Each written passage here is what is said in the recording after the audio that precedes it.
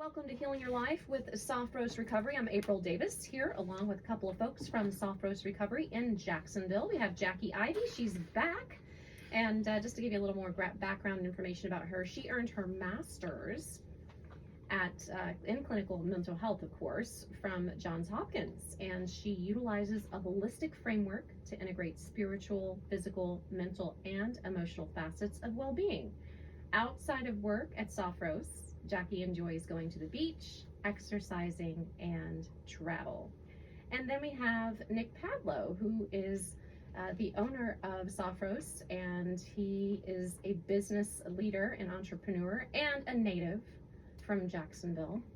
And he received his undergraduate degree from West Point. He served for 5 years in the Army, spent 27 months in combat operations between Afghanistan and Iraq, and he earned the Bronze Star and Combat Action Badge. And then he attended Stanford for business school.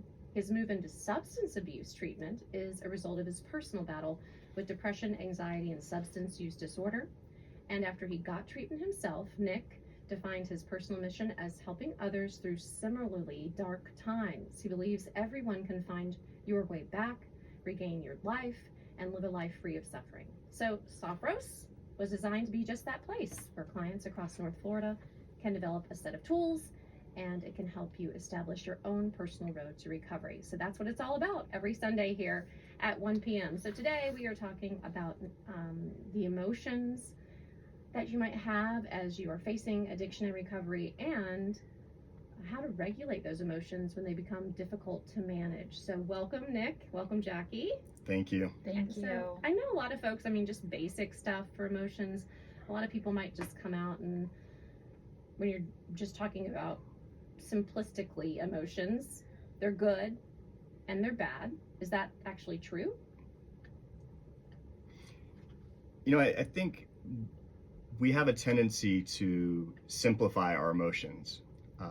And we say, I'm angry, I'm sad, I'm mad, I'm happy. And one of the things that we talk about a lot is how do we start to define and label our emotions in a more specific way, right? So rather than feeling angry, you might feel betrayed. Rather than feeling happy, you might feel content.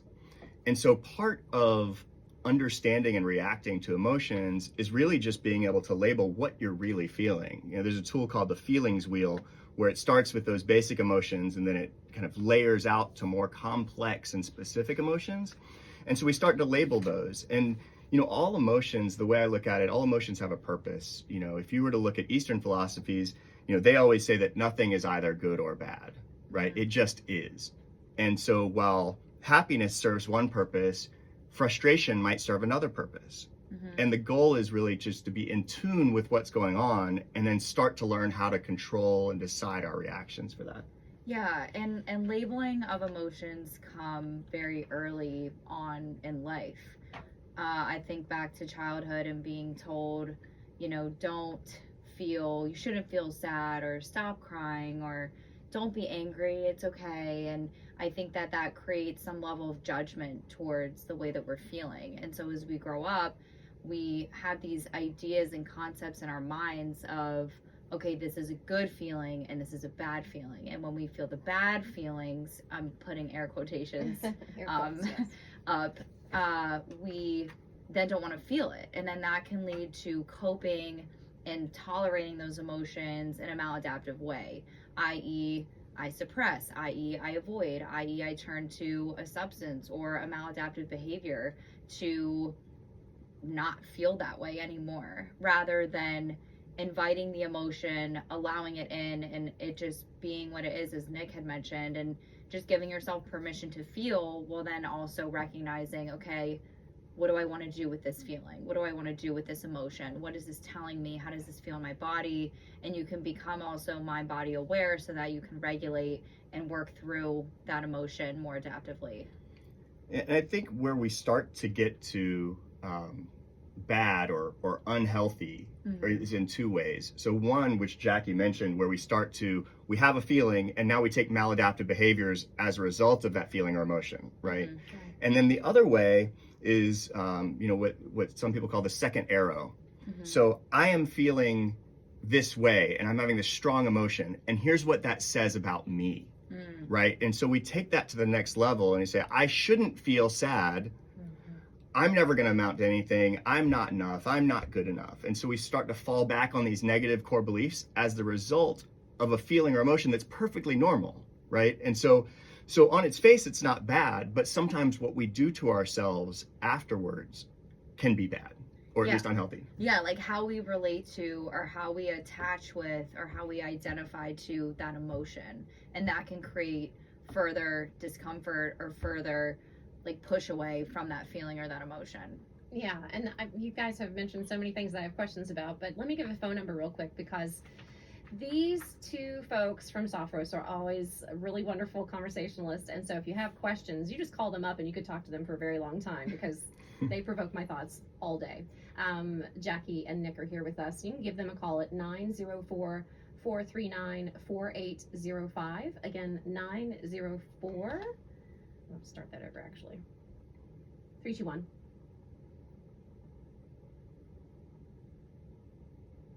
You guys have really put out some thought-provoking things about emotions, and if you want to give Jackie and Nick a phone call, their number at Soft Roast Recovery is 904-439-4805. Again, 904-439-4805. And you're listening to Healing Your Life with Soft Roast Recovery, and we're talking about emotions and how to regulate them.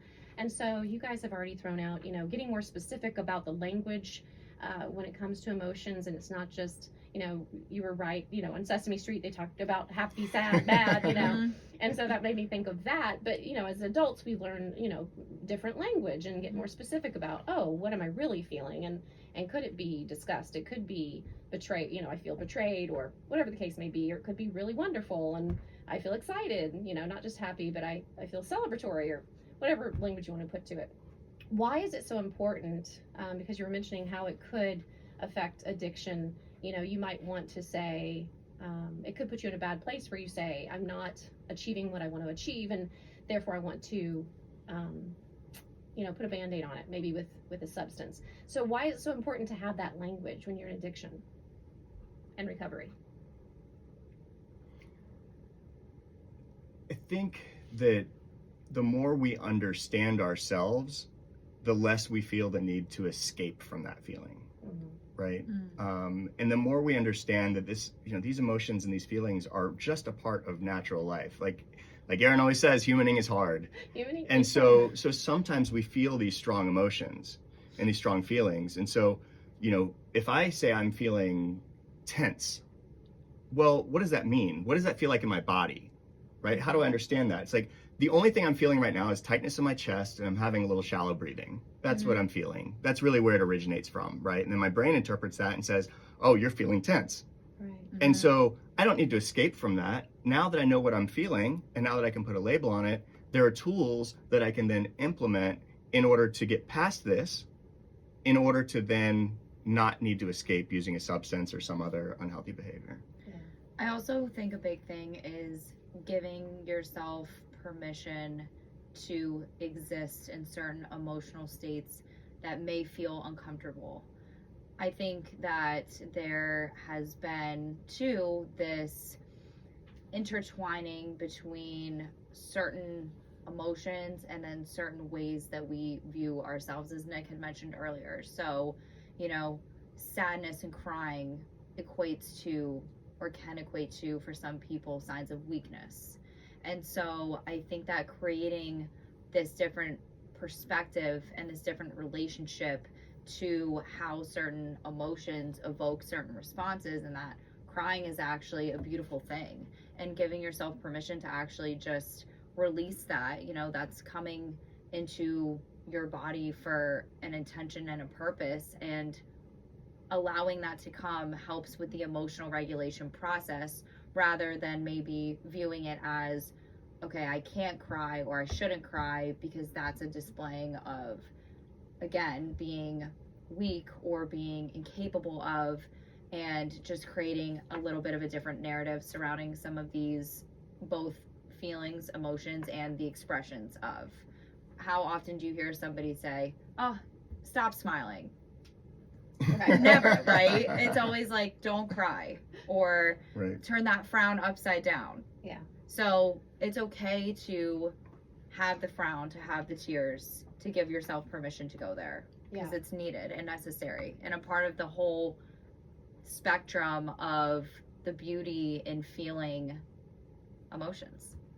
And I think there is another thing, it's not just that emotions and feelings can make us talk negatively to ourselves, but they can also impact our relationship with others, right? For and sure. so if I go home and I say to my significant other, I'm angry with you because you did X, Y, and Z, Yeah. right?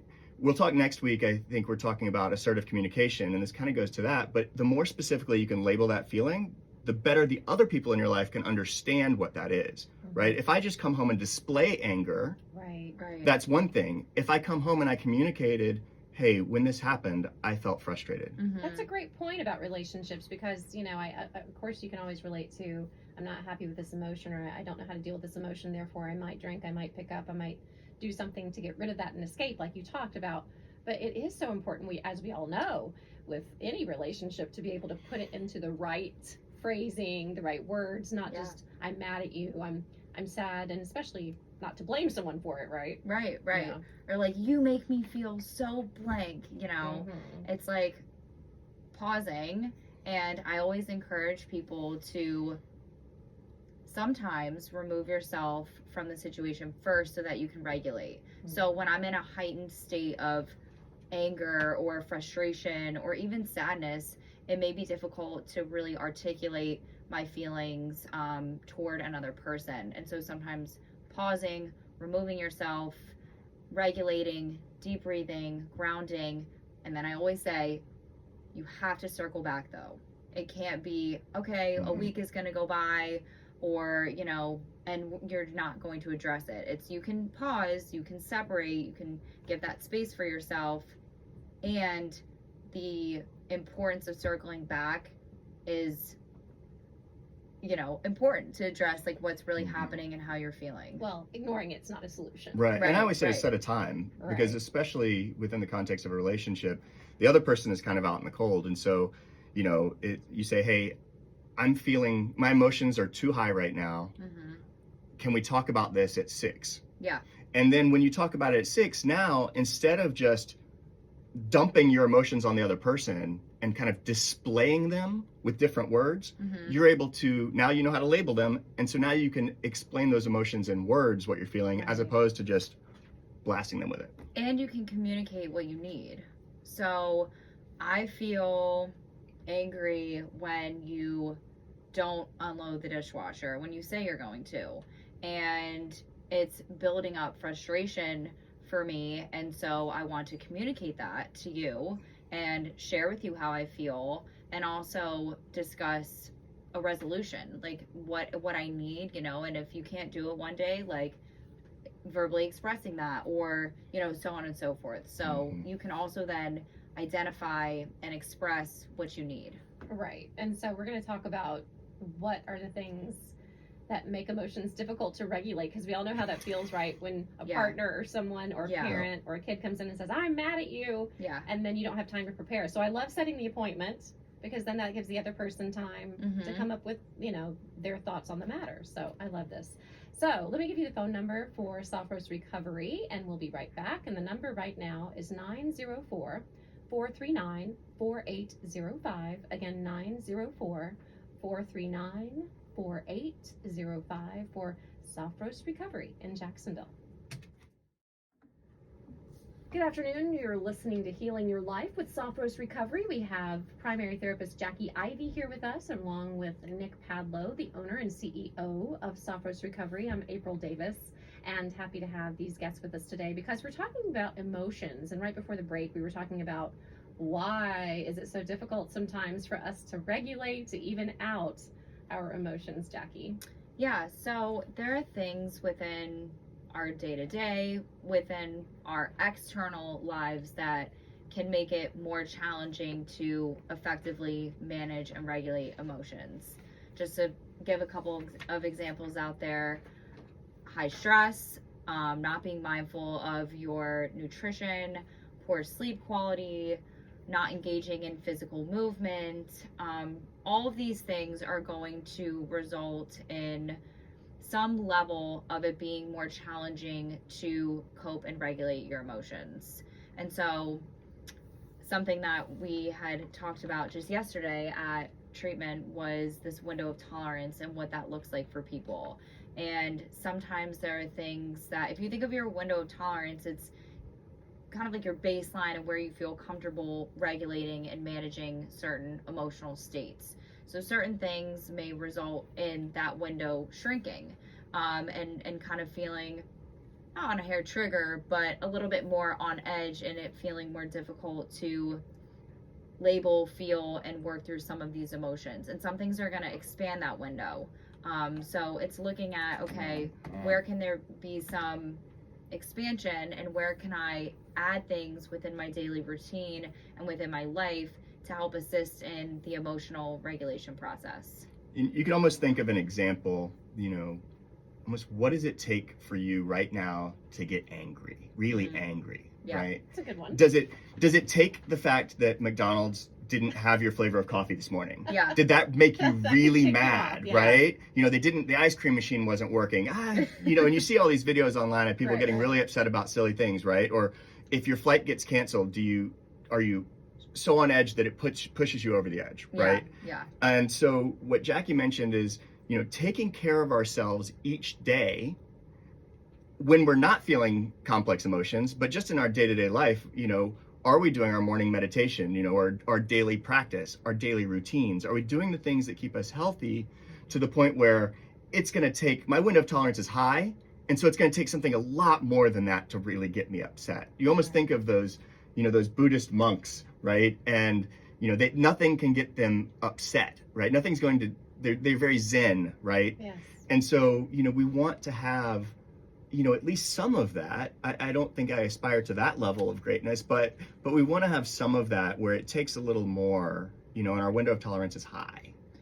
And a good way to check in with yourself is looking at intensity level. So say, for example, being in traffic shoots me to an 8 out of 10 frustration. Right. That may be a signaling that I may be a little dysregulated. And that's okay. It's not to create like, oh my gosh, if being in traffic makes me an 8 out of 10 frustrated, then, I'm again like bad or wrong, or I shouldn't be feeling that way. It's okay. That is a pretty high number, right? So an 8 out of 10 in regards to traffic, is the intensity really matching to the situation?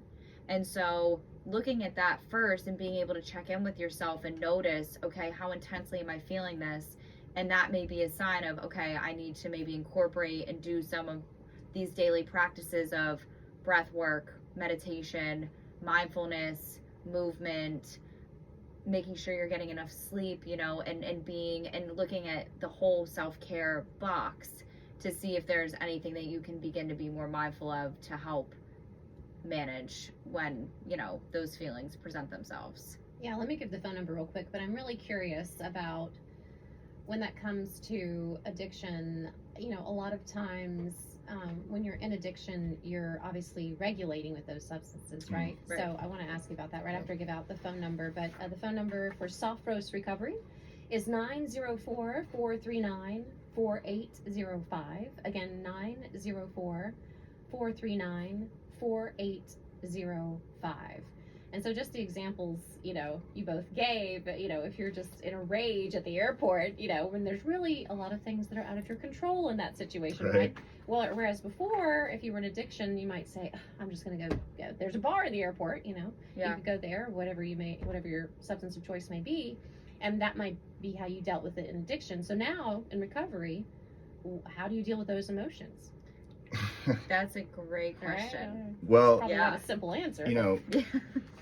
we think when we're in active addiction that we're regulating these emotions That's through true. alcohol use, right? Or drug use. And so, but how many times have you seen it to where someone is drinking because they feel a strong emotion, they feel less of that emotion, and then now all of a sudden they're super reactive, right? You can think of like, whether it's domestic violence or getting into a fight or yelling more. I mean, most of these substances don't help us for not only the long run, but even the midterm run, right? I mean, you know, there's a line there where it says someone's had a drink or two, they've taken the edge off, and then they have 4 or 5, and now they're a volcano. And so, you know, I look at it in a way, there's a term that I like called emotional volcano.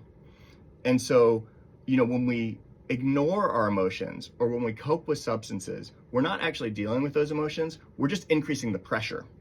And so that pressure builds up over time, and at some point it's going to explode.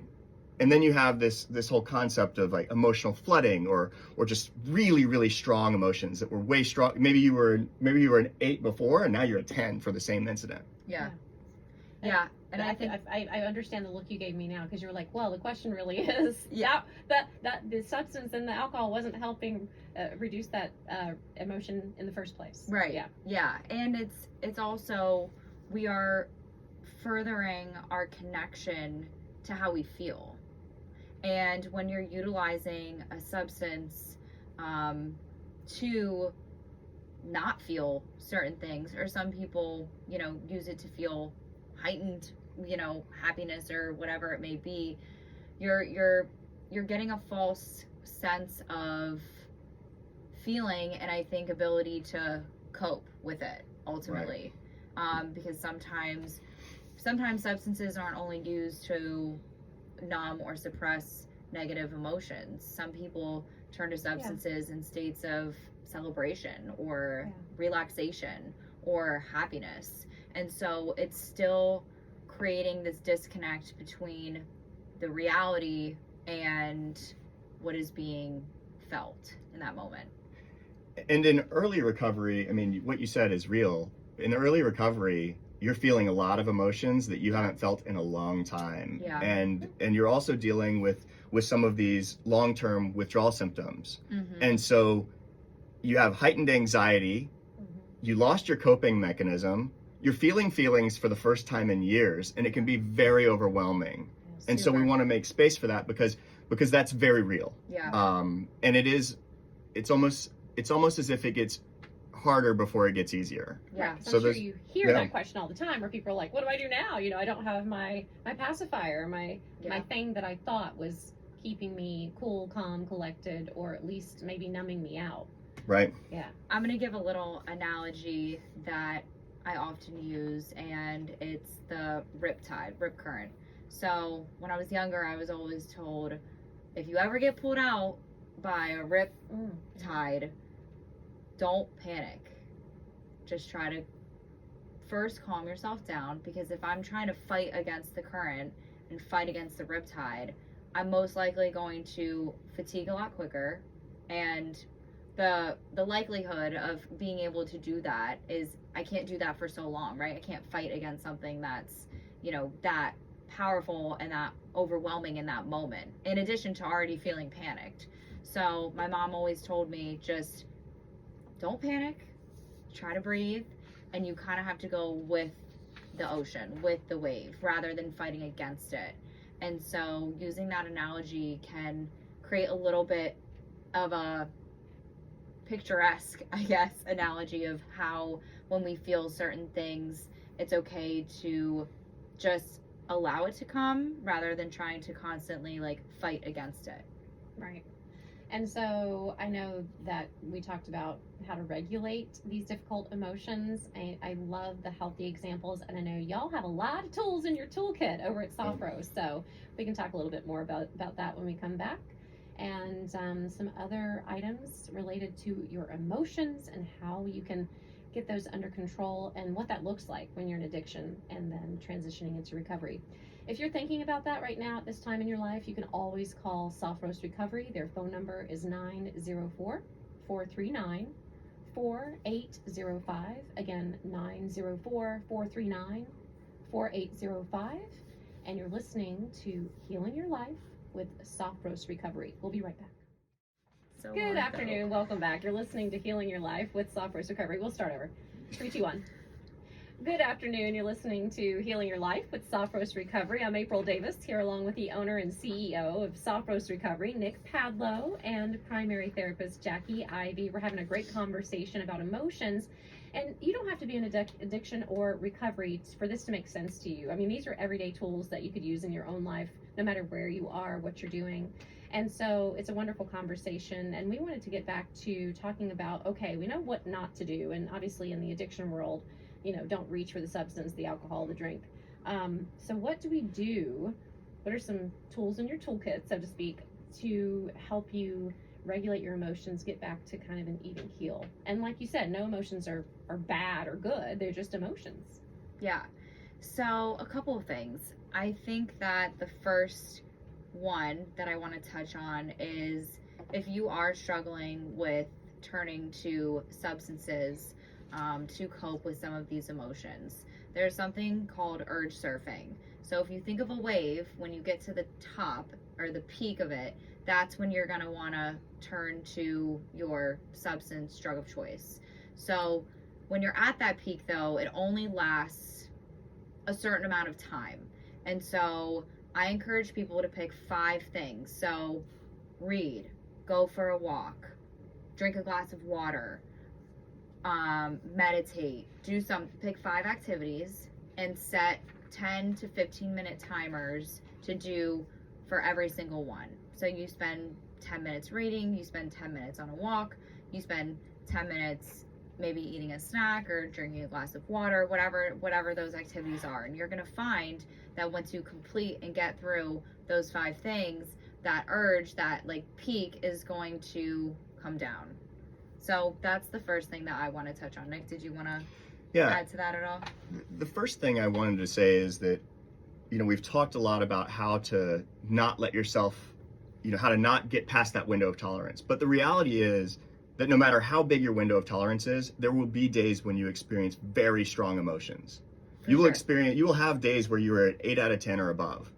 And so there's a certain set of things and a certain way that we can handle things when we're a 1 through 7, but when we get to an 8, 9, or 10, we need to have a different set of tools, right? And so, urge surfing is a good one. An example of one that's very simple it's called the STOP skill. And it's just an acronym for STOP, which just means stop. So the first thing you do when you're experiencing that is nothing. Do nothing. Now take a step back from it. And maybe that even means physically taking a step back, right? Not just literally. And so take a step back and observe the situation. O is observe the situation. Look around and try to understand what's really happening here, and then proceed mindfully. And I think Jackie's going to talk a little bit about reactiveness versus responding. But that simple little process allows me not to react too quickly. Right. And you're both talking about at least take a moment, don't just automatically, like you said, react. But let me give the phone number real quick while we have a quick pause here, and then we can move on to what that means, reaction versus responding. The number for Soft Roast Recovery is 904-439-4805. Again, 904-439-4805. And that's the number for Soft Roast Recovery. And if you were thinking that you might need help, if you just have a few questions because you're not sure, you can always give them a call. You can talk to Jackie, she's a primary therapist there, and Nick is around a lot of the time if you need to ask him any questions. And he's here right now giving some wonderful advice from their massive toolkit that they have at Soft Roast. And so we're talking about, okay, what is the difference? Because a lot of people either don't think about it or don't know the language, but because you think, okay, well, you said something to me, I'm going to react. What is the difference of reacting and responding? Reaction is there is a minimal or decreased state of awareness as to what's happening in that moment. It's just an automatic response. And so responsiveness is more, you can pause and really think about what you're going to say before you say it, or you're going to engage in some level of mindfulness when you're in certain situations that could feel or seem really overwhelming. It's providing that space to really think through what action you're going to take or what you're about to say before you do it. So there's just a level of pausing rather than going automatically, if that makes sense. You can almost think about it as you know, if you get into an argument with someone and you say something like, "You're a jerk," "I hate you," and then the next day you wake up and you're like, "Oh my gosh, I shouldn't have said that. Yeah. I didn't mean that," right? Because you just reacted out of emotion. Right. And, you know, all of the evidence in the past has told me that this person is my friend and this person is someone that I care about, and it's not someone that I hate, right? And if I had taken a little longer, if I had waited until that next morning, if I had regulated myself before having that conversation, then perhaps I say, when this happened, you made me feel really frustrated, as opposed to, "You're a jerk, I hate you," right? Which is two completely opposite approaches, right? Because one's a reaction to a strong emotion, and the other one is a response, a thoughtful response to someone that I care about, that now I'm having negative feelings because of something that happened between us.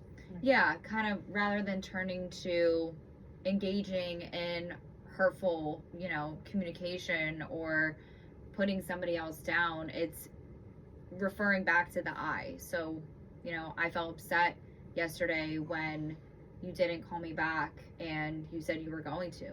And, you know, that made me feel neglected maybe, or that made me feel like you didn't care. And, you know, I can take responsibility and recognize like those were my responses to it. And I also want to provide space to talk with you and get your perspective of why you didn't respond. That person may have been busy at work, or that person may have run into, you know, a situation in which they couldn't call you right then and there, or when they said they were going to. And so it's also always thinking from a generous mindset of not necessarily just automatically assuming that somebody was doing something with malintentions. Yeah. And Right. this all takes a level of emotional intelligence. And I guess I know some people in my life, family, I'll just say that respond that way often. You Yeah. know, you know, you're a jerk kind of thing. And so I think, but they would say that that's therapeutic to them, and that, you know, that helps them get it out of their system. But I would say, well, you do it enough times, it ruins a relationship. So what is Correct. the benefit to having this emotional intelligence, these tools to get through that moment? What's the benefit? So first I want to define Yeah. what emotional intelligence is for me. And so part of it is this self-regulation that we've talked about. We've kind of hit on this self-awareness and understanding what's going on in our body, right? Empathy, which Jackie mentioned, of assuming the best intent from someone, right? Not assuming any malintent, like understanding, you know, it hurt my feelings when you didn't call. I understand that things have been really busy at work this morning. Going forward, it would be really helpful if you could just send me a text and let me know. Yeah. It's also, part of it is mindfulness. So existing in the present moment and not letting our past baggage or our future worries impact us. And then part of it is this social skill concept that people think of a lot of times when they think about emotional intelligence.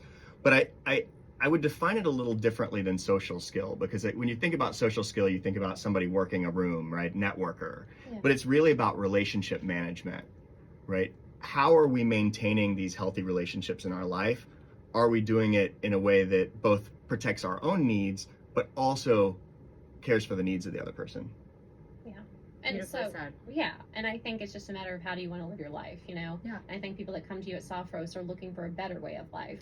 And I think that's a good first step. And then you learn these tools and you take away what works for you. You know, I mean, I think the stop one is a good one, because maybe you don't have a snack.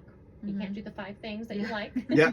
You know, but Yeah. it's good to have options. And, you know, I guess for someone who thinks, I'm sure you've run into people that have that thought, you know, oh, well, I say you're a jerk because it makes me feel better afterward.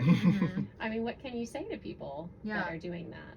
So there are things that you can do to make yourself feel better without hurting or harming someone else. Right. So sometimes it is turning to, I tell people, scream into a pillow, punch a pillow. I mean, do a soft surface, please, if you need to punch something. But sometimes, you know, these physical outward or yelling, you know, can help, you know, get that out. But there are ways to do that without involving another person or without hurting somebody else. And so a lot of that, I mean, for me, a big thing when I need to just decompress, or if I feel overwhelmed with things, running has really been a vice for me that really helps. It increases my heart rate, it gets the body flowing and pumping, and it's just a great space for me to get some of that built up energy out. And so it's looking for vices that are adaptive and are conducive to you and your health, and also people around you, and not engaging in harmful, hurtful ways to other people, and more importantly to yourself. Because oftentimes there's this misalignment between, I say things out of reaction or out of anger, and that's really not in alignment with who I am as a person. So I imagine that people don't feel good after they, call people names, or, say swear words at people or put people down. There always comes some level of, oof, okay, that maybe. Yeah, I think that's where your therapy comes in, because really, you really don't feel good about that, right? Like, you think you may feel good about that, but deep down inside, it can't be a good feeling to go around calling people names all day. That just, right? Well, and this, I'm so sorry. Go ahead. One more thing that I wanted to quickly mention is sometimes there's this level of screaming or yelling is going to make my emotion and going to get my point across more clearly. And I think that's a misconception, that I can say, hey, I feel pissed, I feel angry, and I can say that in an assertive tone, while not getting to the level of volume of screaming or anything. And the emotion and getting my point across can actually probably be received on that end more effectively and more adaptively than if I'm going to yell or scream at you, because then that's going to create defensiveness, and then that's going to create a shutdown, and then the other person probably isn't going to want to listen to you anyway, and then they're really not going to be actively trying to work through what it is that you're feeling. It's almost as if that release, if you take it out on another person, in my mind, that's very similar to turning to alcohol or drugs. And the reason I say that is because, if you think about, if you've ever been, in a big argument or a fight or whatever, there's a massive release of adrenaline that goes through your system, right? So you do feel better in the short run, just like if I were to go to alcohol or drugs to get that release of serotonin and dopamine, right? And so it does have a benefit. The problem is that benefit is very short term. And so we have this short-term benefit that now has not served to help the problem. We haven't done any problem solving, because you don't do problem solving in those kind of fights, right? We haven't reached a resolution, and now we've done damage to that relationship. And now we have unmet needs. And we have unmet needs, right? So the long run, this is just, it's gonna get us. But in the short run, we're chasing that short-term feel good, just like we would if we turned to drugs or alcohol. Yeah, and I think it leads to a very lonely life. And we all know, as human beings, we want some sort of relationship, even if it's just a few nice, friendships, or, just relationship if you have kids. You want a couple people in your life that you can be close to. Hard to exist without that. So I think when you get down to it in therapy, I think that was a wonderful point that you made, because I was kind of thinking that you do get that short-term quote unquote benefit, but we're looking for long-lasting relationships, thriving and living well. And I'll let you end on what you're going to say, Jackie, and if you have something to say. No, you look like you did. I just, something came to my mind, and Nick often speaks of this analogy, as I do as well, in terms of taking the long scenic route rather than the fast highway. And so sometimes you do have to go down, the longer path, and, there are parts of taking the back roads that can feel boring, can feel uninspiring, can feel, I just want to, get to my destination already, and also there are a lot of beautiful parts of taking those back roads. You get to see different parts of your setting, or I'm just thinking of, like, sometimes when I take back roads, like, I see farm animals. I don't know why that's coming to my mind, but that's what's coming to my mind, rather than always taking the fast highway to things. It's just pausing and being able to work through the longer term journey of life and of your relationships, and even with yourself as well. Taking the scenic route, Nick. I Right. like it. It's like two roads diverged in a wood, and I I like took the it. road less traveled. So Yeah, so taking the scenery, if you're by the ocean today, if you're out among the trees, if you have that green grass, maybe you have your dog, your pet, your child, and appreciate what you have in your life. It's always great to talk to people with Soft Roast Recovery. They always bring the knowledge and the toolkit, and you can get that at Soft Roast Recovery anytime. Just give them a call at 904-439-4805. Again, that number is 904-439-4805. We'll be back here next Sunday at 1 p.m. Thank you for listening to Healing Your Life with Soft Roast Recovery.